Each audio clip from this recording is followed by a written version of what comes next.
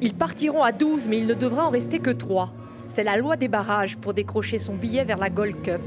La sélection de Guyane, les Yanadoko, doit en passer par là.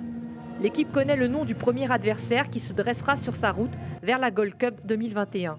Cuba, un adversaire redoutable qui arrive de la Ligue A de la CONCACAF. C'est une équipe qui est habituée à ce niveau de compétition. C'est vrai que nous avons eu par le passé pu participer à la phase finale de la Gold Cup. Notre objectif, c'est de retourner sur cette phase finale. Il faut donc coûte que coûte battre Cuba, Los Leones del Caribe. On a déjà joué contre eux en Guyane en 2016, on a gagné 3-0. Donc comme je l'ai dit, sur un match c'était possible. Et si on veut aller dans la Gold Cup, il faudra forcément passer sur des matchs comme ça.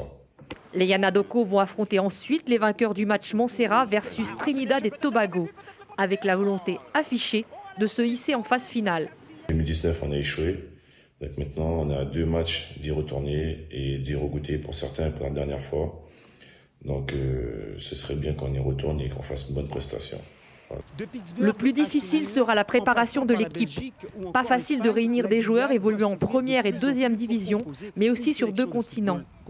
Si tous sont fiers de porter les couleurs de la sélection Guyane, ils ont aussi des engagements vis-à-vis de leur club, à l'image de leur capitaine qui a rejoint la J Auxerre. La priorité pour le moment, c'est mon club. Je suis arrivé dans un nouveau club, j'ai des ambitions. J'ai des objectifs. Un véritable casse-tête pour la Ligue de football de Guyane qui doit composer aussi avec la situation sanitaire. On va se positionner sur les créneaux FIFA, notamment par rapport au calendrier des championnats professionnels et voire même amateurs, et dans l'attente aussi de la reprise des compétitions ici au niveau local pour que nos joueurs locaux qui évoluent en Guyane puissent aussi être compétitifs.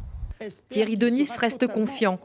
Une trentaine de joueurs constituent la base de la délégation guyanaise, un savant mélange de joueurs confirmés et de jeunes talents, tous très motivés pour accéder à la plus grande compétition de football nord-américaine.